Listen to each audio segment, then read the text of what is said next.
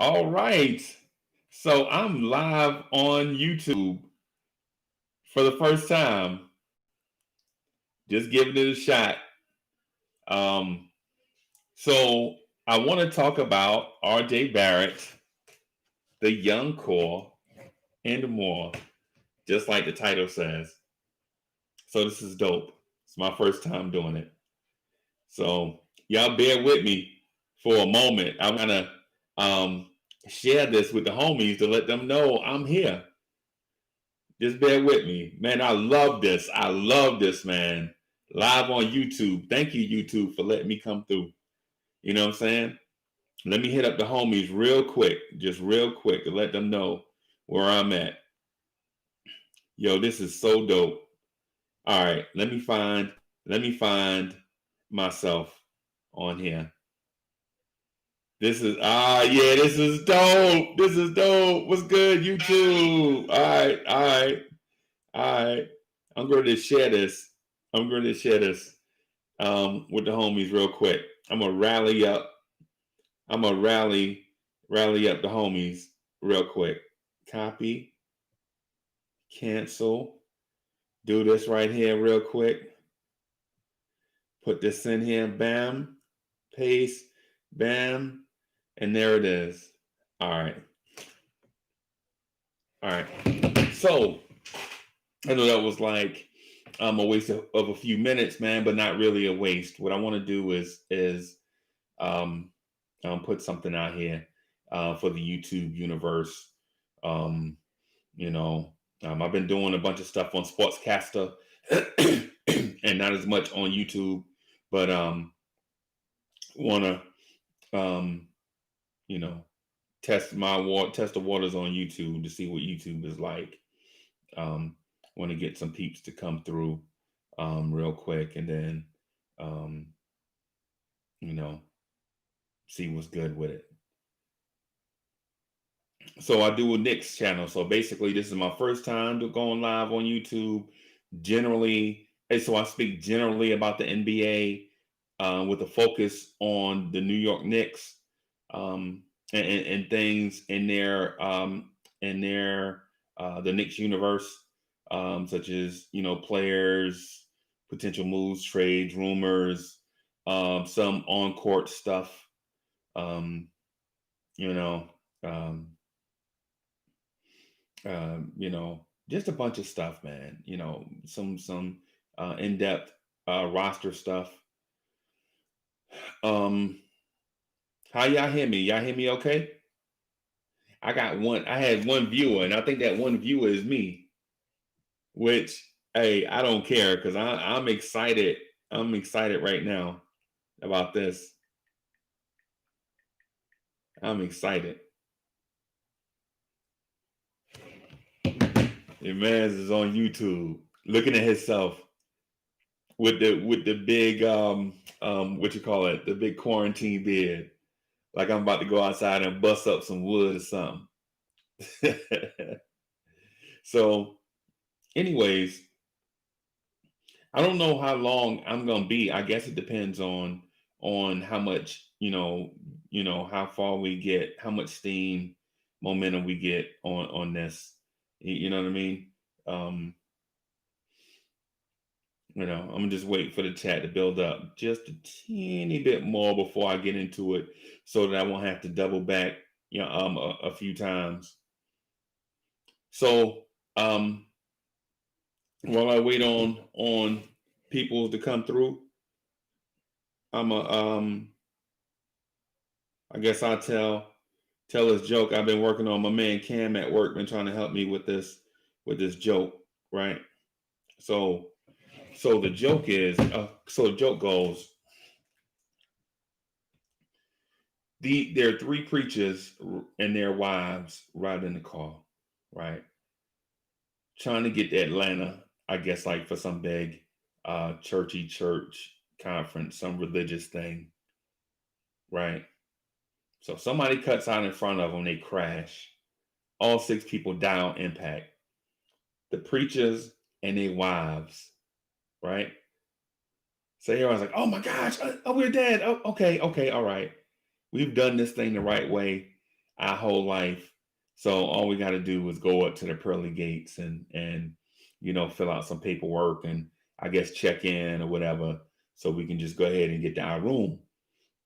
So they get to the pearly gate and it's like this cat, Saint Michael, Saint Peter, somebody, Saint something, Saint Michael, Saint Peter, whoever. It's like, yo, I know who y'all are. Man, I bet y'all got like a lavish room or whatever. Um, let me check the paperwork first. It's just a formality. It's like everybody, because people try to sneak into heaven, they do their thing on earth and then they're gonna sneak in, whatever, blah, blah, blah. So he looked and he like, I don't see y'all names here. And the preachers are like, what? We did our thing on earth. We figured we can dance. We figured we can do the Deion Sanders, high step into heaven since the way we lived or whatever. And so a man's like, no, preacher number one, I see here that even though you lived a right life, in your heart, you really lusted after alcohol. So much so that you were sinning, lusting for alcohol. You sinned so much that after you lusted so much after alcohol that you married a woman named Sherry. He's like, oh man, yeah, you're right. I sure did. He's like, I'm sorry. So the angel's like, I'm sorry, man, I can't let you in. He's like, God dog it. Okay, all right. All right. So the second preacher is like, well, I didn't lust. I didn't lust after alcohol, that's for sure.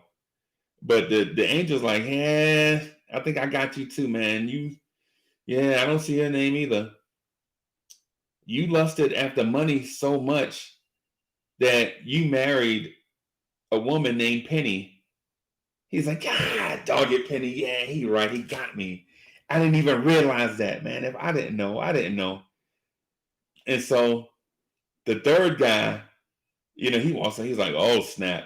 He looks at his wife and says, hey, Fanny, let's get the hell out of here. All right. So y'all probably didn't even get it. Y'all get it, Fanny? Fanny. All right. Okay. All right. All right. All right. So anyway, I thought I'd tell you that bad joke while I wait for a few people to get here. But so here's the thing. I got some stuff I want to talk about R.J. Barrett and the young core. Just want to knock out a few things because I know the guys come. If they know that I'm on, I kind of did this last minute. I was trying to do a joint on Sportscaster. For some reason, it didn't allow me to.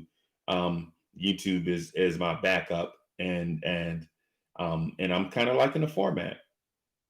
It's a little easier.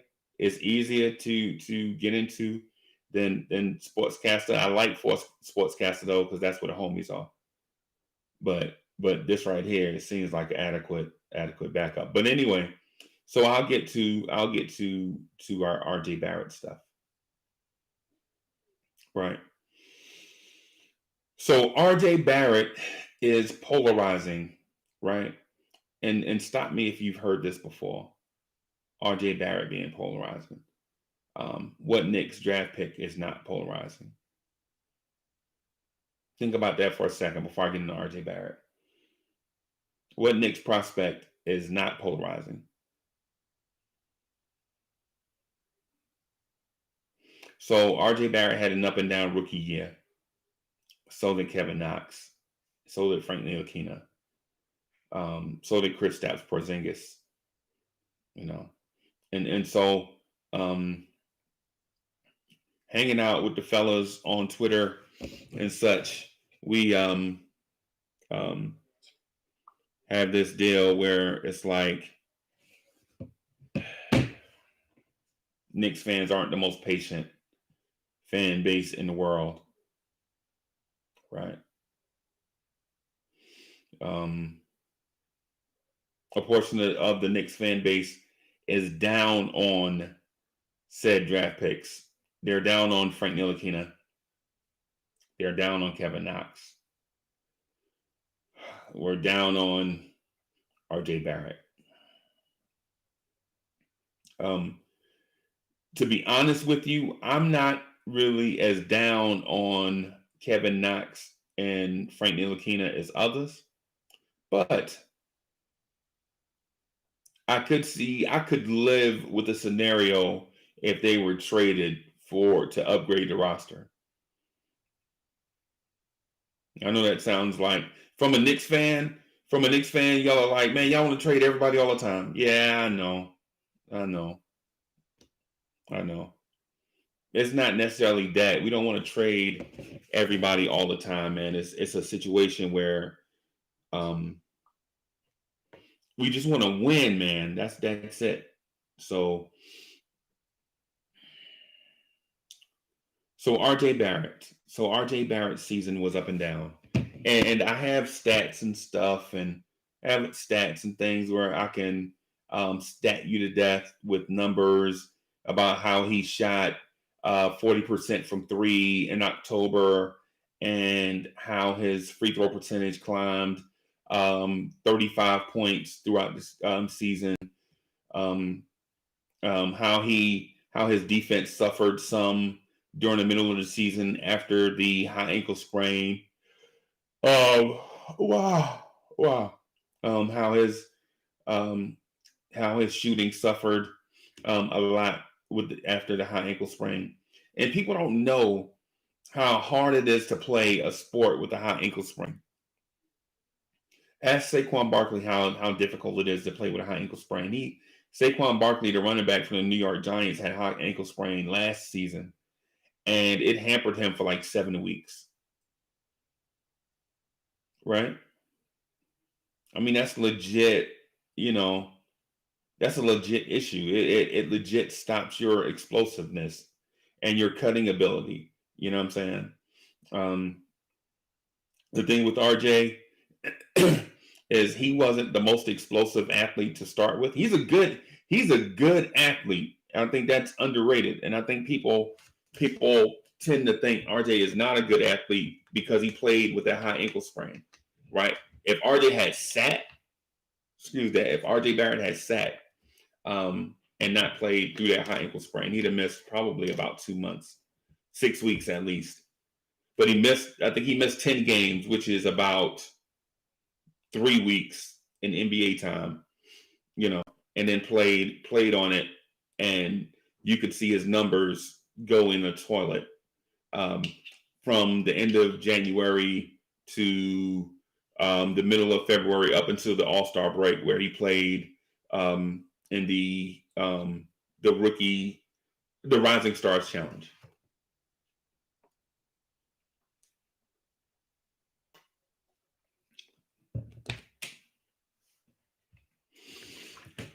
So his numbers dipped, right? But there was a stretch when that ankle was decent, where RJ Barrett's shooting numbers were decent, right? And I'm the first guy, Uncle Freezy is the first guy to tell you, you are what your numbers say you are.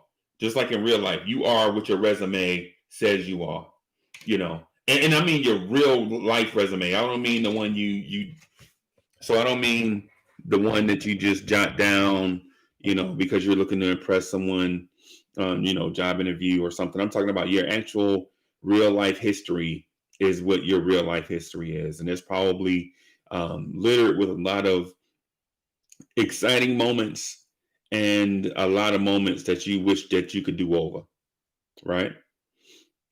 All of our lives are like that. None of you guys watching this video or gals watching this video have had the perfect life. Now, it may be ideal. You may have had an ideal life, but it was never perfect, right?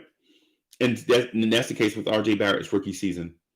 He had his ups and downs. He had the fantastic dunk against the Dallas Mavericks.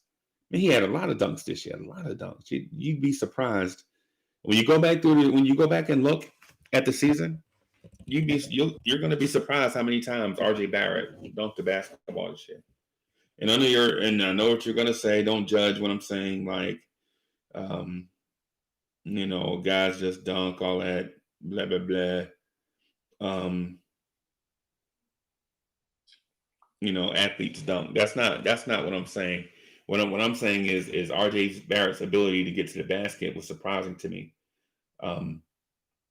Watching him at Duke, I didn't know he was going to be able to do that in the NBA, but he did it in the NBA. So, man, I'm liking this YouTube, man. I'm feeling this. You see me go all Patti LaBelle? I'm feeling this YouTube, man. Yeah. So RJ Barrett had an up and down season. So Knicks fans, though, there's a fraction, there's a portion of you out there that feel as if RJ Barrett had a disappointing rookie year. And I can't tell you how to feel on that either. I can't tell you how to feel about RJ Barrett's rookie year. What I can tell you, though, is some of you guys' justifications for feeling the way you do is flawed. And it's not an RJ Barrett thing, and it's not a New York Knicks thing. It's a legit personal thing, like a personal preference. Like you feel like some of you, the guys that say RJ Barrett's rookie year was down, you guys wanted, you guys legit wanted a guy that would come through, put up 20 points a game, look like Bradley Beal, be an explosive guy, and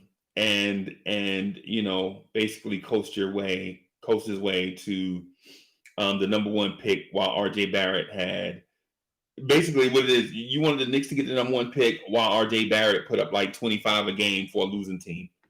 That's like the perfect case, the perfect scenario, right? That would be the perfect scenario. So that's what it seems like is the perfect scenario for us. And that's in RJ Barrett's situation. If RJ Barrett had scored 22, 23, 24 points a game, something like on a losing team, his efficiency would never have even been a part of the conversation. If we had, got the number one pick in the draft, and then you would be looking to pair RJ with a LaMelo Ball, Anthony Edwards, or James Wiseman, right? And to be honest with you, if the Knicks are able to trade up and we get an Anthony Edwards, I would not be disappointed. And it seems like redundancy, but you know what? It's not. Because Anthony Edwards is the guy that you kind of wish RJ Barrett would have been. The athletic guy, uber athlete, able to create his own shot, come in, do his thing, come in and do his thing. So I mean, maybe LaMelo would have been a better fit, but if RJ's ball, wants a high usage and LaMelo wants high usage, I mean, what do you do? It's only one basketball, right? Does RJ have to learn to play with a cat like a LaMelo Ball, right? I would say this about RJ's rookie season. Hey, yo, shout out to the chat too. What's good with y'all? Let me just say hello to whoever that is coming through. I appreciate y'all. You know what I'm saying, coming through. Man, I'm really, really feeling this YouTube thing, man. I kind of like this YouTube setting. I'm generally on Sportscaster, but I kind of like this YouTube suite of things. Maybe eventually I can get some people to come in and co-host, and then that way, we can kind of have this thing be a little bit doper. So anyway, back to RJ Barrett's rookie season. His defense, while I saw the metrics, so he was a decent guy. So he was hold on for a second. Hey, can you just let him go outside? He need to go outside. That's the dog spazzing. Pet lovers, if y'all out there, shout out to the pet lovers. So, but yeah. So RJ Barrett, he looked decent on defense. I saw the defensive metrics, but they were like mishmash of whatever. You know, I didn't see any one thing stand out, but he didn't look bad overall. Right? So he didn't look bad overall on defense. There were some rookie mistakes he made, but at the same time, he showed a level of focus and intensity on defense that kind of surprised me too, because I thought he was just going to come in and try to be just an offensive guy. Right? I mean, that was, to me, that was impressive. Yeah. Yeah, that was impressive to me. So the young core.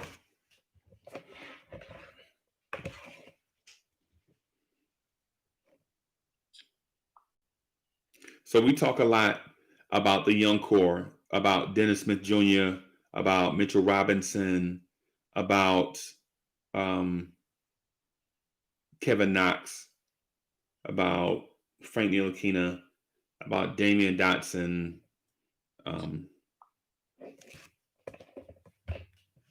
You know, about those guys. How do you feel about the young core? How do y'all feel about the young core? I can tell you how I feel, but how do y'all feel about the young core? Yo, what's good, boss? I wish you was on here with me. I wish you was on here with me, man. Hey, shout out to my man Legion of Knicks podcast. What's up, Summer Sink? He talking about the Bears. Okay. Let me, hey, Legion of Knicks, man. I need you to be on here with us. Hey, what's good, God of Moses and Elijah? What's good? Shout out to the chat. Okay. No, I'm not on Sportscaster right now. I'm on YouTube. Hey, so I tried to get on Sportscaster and something's going on with Sportscaster, man. Wouldn't allow me to get on. Something stalled. I think it's a site issue right now, but it's all good. It's all good either way, man. I just want to get on and talk about it. Hey, dog, you. Let me see. Let me set up a. I don't know if. Oh, I don't have screen sharing yet. Once I get the screen sharing set up, man, you got for sure. Hey, also shout out to Guillermo from Legion of Knicks podcast. Dog, the door is always open, no matter what I'm doing. You got a lifetime contract, no paperwork.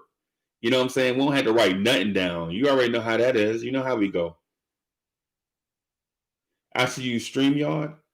Yeah, I should use StreamYard. Let me do. You know what? I think I'm gonna do that. I just might end this one and just jump back on with StreamYard. I didn't consider. I just wanted to test this out to see how it would go. If I do StreamYard, would you jump on?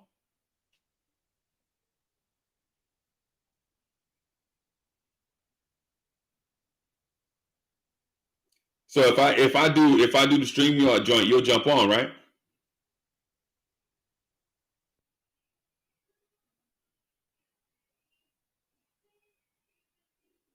So StreamYard is one of the things that I do also.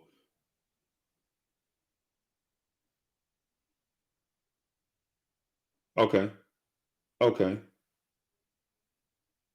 Yeah. Hey. So I'm gonna jump off from here. I want to test the YouTube waters, right? But I'm gonna jump right back on and bring in my man Legion of Knicks podcast. so that we can do the YouTube joint. Yo, this was a dope test run, and I appreciate everybody who came through. I'm gonna end it right now, but I'm gonna jump right back on if y'all give me like 3, 4, 5 minutes. Appreciate y'all coming through. It's your man, Uncle Freezy. Shout out to, before I go, shout out to Sim from Nothing But Knicks, the RZA. Shout out to Legion of Knicks podcast, my man Ghostface, aka Guillermo, aka Ghostface, aka Doom. Shout out to Nick G, that's my man, 50 grand. Shout out to Nickish. Shout out to Andy. Shout out to Black Andy. Shout out to Isaiah B, aka Chef Zay. Yo, shout out to the whole collab. Y'all gonna see shout out to the Die Hard Knicks podcast. So y'all probably see a lot more stuff from us. I'm gonna get off right now, but I'll be right back.